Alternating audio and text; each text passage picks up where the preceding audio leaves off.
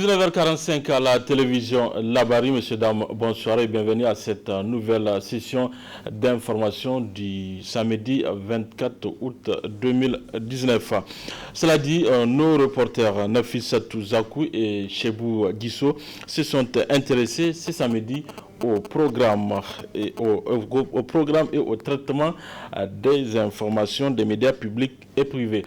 Alors, quelles sont les appréciations faites par les citoyens sur ces sujets? Suivez ce reportage. Dans notre pays, l'espace médiatique a considérablement évolué depuis les années 1980. En effet, de l'ORTN, qui était l'unique média sur le plan national, à l'éclosion d'une multitude de médias privés au tournant de la conférence nationale de 1990, un progrès a été enregistré dans le domaine des médias. Cependant, à l'heure actuelle, les téléspectateurs et les auditeurs de médias, tant privés que publics, sont loin d'être satisfaits par les programmes qui leur sont servis. Les presses privées, on dirait que chacun a sa manière de fonctionner, de traiter leurs informations. Il y a ceux qui font de manière impartiale, il y a ceux qui font de manière partielle, ils ont leur prise de position. Mais la presse, comment dirais-je, publique, là on peut dire que c'est une information nationale. Il y a une grande différence entre la radio et c'est la télé mère. Donc elle est diffusée dans tous les étendues du territoire national. Et ça aussi, il y a des éléments qu'on ne trouve pas très souvent, surtout si ça concerne la politique. Quand on regarde pour ce qui est des médias publics, de façon exclusive, tant que ce n'est pas des informations en fait orientées vers en tout cas les sentiments ou les passions des gouvernants ou des tenants du pouvoir, donc les autres citoyens qui peuvent émettre des critiques ou des observations à l'encontre de certaines décisions ou en tout cas de certains comportements, donc ne sont pas les bienvenus au niveau de ces médias publics. Maintenant, pour ce qui est des médias privés, effectivement aussi à ce niveau-là, tant bien que mal, la plupart arrivent quand même à se déterminer pour rester dans leur esprit d'indépendance, pour pouvoir en tout cas donner chapitre à toutes les voix, quel que soit le sujet d'intérêt national. Nous estimons que les médias doivent prêter attention par rapport aux différentes informations qui sont appelées à véhiculer. Plus encore, avec la tendance actuelle, les citoyens se retrouvent beaucoup plus dans le traitement de l'information fait par les médias privés que celui fourni par les médias publics. Moi, personnellement, ça fait des décennies que je ne regarde pas la télé nationale. Parce que les programmes ne me plaisent pas. C'est tout. Je préfère regarder les télés privées parce que là-bas, tu vois les chaînes musicales qui te plaisent. Souvent, on te met des films où toi-même, vraiment, tu vois, ça te donne l'envie de regarder. Par contre, à la télé nationale, tu vois, c'est comme si on est dans l'ancien système. D'une manière générale, les gens ont tendance à suivre les médias privés. Ici, à Niamey. C'est mon cas, par exemple. Moi, je regarde les médias privés. Hein. Les médias publics, là, je regarde ça rarement. Parce que dans les médias publics, nous avons remarqué une certaine redondance. Il y a toujours c'est les mêmes choses, il n'y a pas d'esprit d'initiative ni de créativité. Par contre, dans le privé, il y a une relative indépendance où les gens créent. Vous sentez l'initiative privée prendre le dessus sur l'aspect général, quoi. Vraiment, au niveau des médias privés, il y a un véritable travail qui est en train d'être fait. Je le salue et je le félicite par rapport au traitement de l'information, de la manière dont l'information est donnée dans le privé. Aujourd'hui, vous prenez tous les citoyens d'une manière générale. Quand il y a une information, vous aurez plus tendance à aller vers le privé que d'aller vers le public. Enfin, un recadrage s'impose particulièrement en ce qui concerne les médias publics qui de plus en plus se détournent de l'intérêt général pour assouvir les désirs particuliers des dirigeants au pouvoir.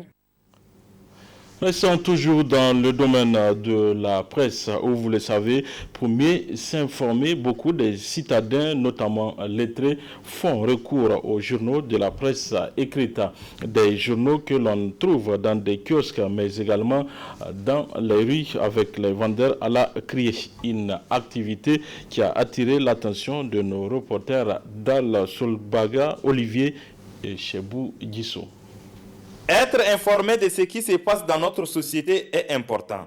Dans ce domaine, la presse écrite qui évolue à côté de la presse audiovisuelle joue un grand rôle en fournissant de l'information à travers plusieurs journaux qui continuent à paraître malgré l'impact de l'Internet. Un vendeur de journaux à la criée témoigne de la réalité en ce qui concerne la vente des journaux. Avec la vente des journaux, Dieu merci.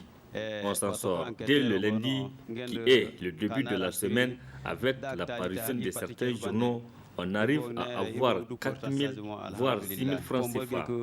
Et c'est déjà bon, parce qu'on arrive à venir aux besoins de la famille. Certes, l'Internet influence les gens dans leur rapport avec la recherche de l'information. Mais la presse écrite continuera à avoir des adeptes tout en permettant aux vendeurs de la criée d'avoir de quoi subsister. Sur les réseaux sociaux, ils sont nombreux, ces jeunes Nigériens qui s'adonnent à un comportement qui ne respecte guère les valeurs sociales qui étaient pourtant citées comme un atout chez les Nigériens. Qu'est-ce qui explique cet état de fait? Suivez ce reportage de Ali Sissé Ibrahim et Chebou Gisso. La société nigérienne dans son ensemble est farouchement attachée aux règles de bonne conduite comprenant entre autres la discipline, la politesse, l'honnêteté et le culte de l'honneur. Cependant, avec le temps, des dérapages s'observent surtout sur les réseaux sociaux où des citoyens, sans tourner cette fois leur langue dans leur bouche, se mettent à proférer des insultes particulièrement à l'endroit des autorités. Alors on se demande qu'est-ce qui peut pousser certains citoyens à de telles extrémités dans une société qui n'a guère cultivé le respect dû aux aînés. Nous l'avons peut-être plusieurs fois dit lors de nos interventions, la frustration, ça conduit à l'agression. Et les jeunes, lorsqu'ils ne peuvent pas agresser physiquement, j'allais dire, ceux qui les dirigent, ils se défoulent sur les réseaux sociaux. Ce qui est une très mauvaise chose parce que religieusement, l'autorité mérite beaucoup de respect, l'autorité mérite beaucoup de considération. Maintenant, quitte d'abord aux autorités de revoir leurs copies, d'être davantage proches à leur population, puisque souvent il y a beaucoup de mauvaises interprétations que les gens font des gouvernants. Je pense que c'est ces mythes-là qu'il faut casser et être davantage proche au peuple. Maintenant, pour la jeunesse, je pense que se défouler sur les réseaux sociaux n'est pas la meilleure solution. Parce que quand vous voulez changer quelqu'un, la meilleure façon d'abord, c'est de l'encourager, c'est de le féliciter et lui dire tout ce que vous pensez de lui. Je vous assure que la personne va changer. Mais quand vous commencez par des insultes, d'abord, on ne vous prendra pas au sérieux et l'objectif escompté ne sera jamais atteint. Sans occulter l'influence néfaste de la pauvreté conjuguée à la régression sur le plan éducatif accentuée par la perte des repères moraux, un recadrage s'impose ne serait-ce que par la redynamisation de l'instruction civique et morale dans les programmes scolaires. Je pense que nous, notre génération, nous étions peut-être cette dernière génération à avoir bénéficié de l'instruction civique. Et aujourd'hui, moi, quel que soit ce que vous allez me payer, vous ne pouvez pas me pousser à aller sur un média ou sur les réseaux sociaux pour insulter quelqu'un. Je ne peux pas le faire parce que j'ai eu la chance d'être éduqué. Donc vous voyez, la question d'éducation civique, elle est extrêmement importante. Et moi, avec ma position, vous le savez, il y a beaucoup de membres du gouvernement, je ne suis pas d'accord avec leur comportement, il y a beaucoup de choses. Mais nous avons des voix. Nous pensons que quand on n'est pas d'accord, on peut être reçu, on peut poser le problème. Mais les autres qui n'ont pas cette chance pensent qu'il faut se défouler sur les réseaux sociaux. Ce n'est pas la solution. Il faut toujours conseiller, chercher à rencontrer la personne et lui dire ce que vous pensez. Et même le chef de l'État, si vous n'êtes pas d'accord avec lui, écrivez-lui. Quand vous lui dites des choses pertinentes, ça va lui atteindre et ça va interpeller la conscience de la personne à se dire que c'est un fils du pays qui m'interpelle, je dois changer. Si c'est dans le bon sens, il faut changer. Les Nigériens sont de nature polie. Il revient dès lors au ministère de la Renaissance culturelle qui cherche l'avènement d'un nouveau type de Nigériens de faire son travail de sensibilisation dans le sens de faire comprendre aux citoyens que le respect des valeurs sociales participe au développement du pays. Parlons santé dans cette édition avec la saison des pluies qui rime avec le paludisme et la tranche vulnérable. touchés par cette maladie sont les femmes enceintes et les enfants, surtout avec le neuropaludisme. Plus de précisions dans ce reportage signé Ariata Salah. En cette période du paludisme saisonnier, les enfants et les femmes enceintes payent de lourds tributs. Cette année, on constate la recrudescence du neuropaludisme, qui est la complication la plus mortelle du paludisme. C'est une manifestation grave survenant après une infestation par le Plasmodium falciparum, parasite transmis par l'anophèle femelle moustique responsable du paludisme. Vous connaissez les palus, il y a plusieurs formes. Il y a la forme simple et il y a la forme compliquée. Et cette forme compliquée, c'est elle qui est plus redoutable car elle est à la base pratiquement de la mortalité, c'est-à-dire des décès liés au palud. Donc les complications sont multiples, mais les plus fréquentes sont surtout la forme neurologique, qu'on appelle le neuropalud, qui se voit surtout chez les enfants du moins de 5 ans. Et comment elle se manifeste? Elle se manifeste par des convulsions répétées. Donc, dès qu'un enfant qui a le palud, ou du moins c'est un enfant qui a un corps chaud, qui a une fièvre, avec un palud confirmé normalement suite à un test diagnostic rapide ou une goutte épaisse, et que l'enfant commence à convulser, il fait plus de 2 convulsions par jour, là c'est des signes effectivement qui orientent vers un neuropaludisme.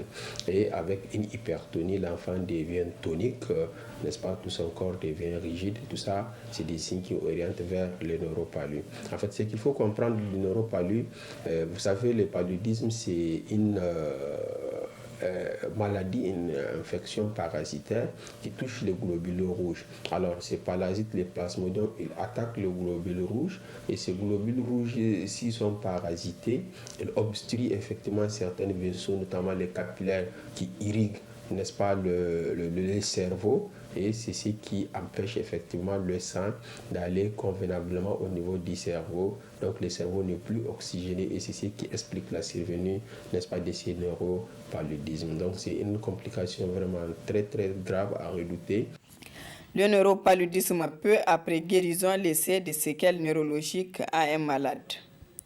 Ce que nous constatons dans notre société, si ces genres de maladies surviennent, surtout des convulsions, avant de penser au neuropalud ou de penser à aller le plus rapidement vers les centres de santé, on pense à aller chez les féticheurs, on pense que c'est autre chose qui sont extra-médicales qui sont survenues. Je pense que les uns et les autres, surtout les mamans, doivent éviter cette considération, considérer que c'est un palud qui s'est compliqué, amener l'enfant rapidement vers le centre de santé pour qu'il soit pris en charge.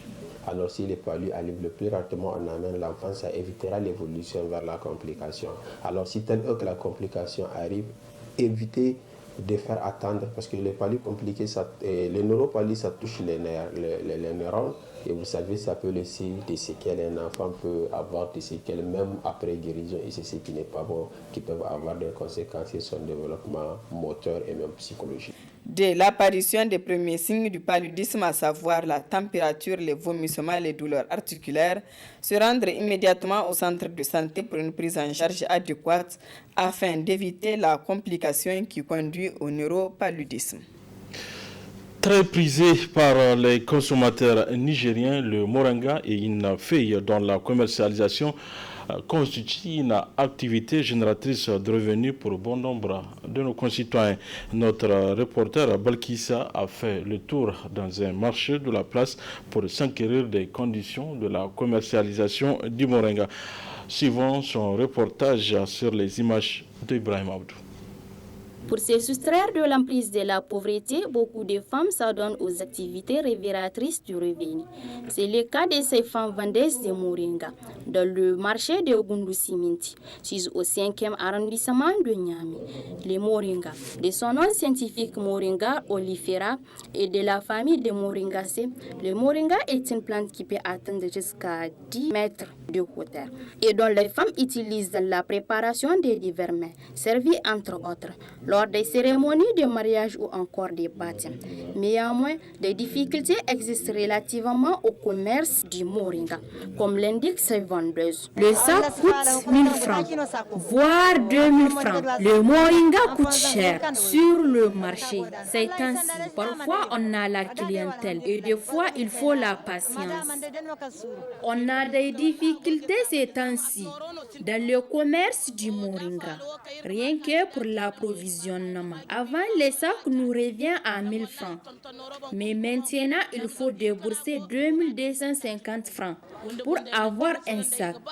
Le moringa nous provient de Dosso et certaines contrées de la rive droite du fleuve. De leur côté, les clients sont satisfaits de la disponibilité du moringa sur le marché. Je suis venu acheter du moringa. Les prix sont abordables sur le marché. Dieu merci. Même maintenant, j'ai acheté pour 500 francs. Enfin, les feuilles du moringa sont riches en vitamines, en poudre ou encore en chou. Le moringa est utilisé pour soigner certaines maladies, comme le diabète et l'ulcère. Cependant, les clients doivent faire attention à l'hygiène ou encore à la préparation des mets à base de moringa afin de s'épargner des soucis de santé. Voilà, messieurs, dames, c'est tout pour ces 19h45 de la télévision Labari. Merci à vous de l'avoir suivi. Au revoir.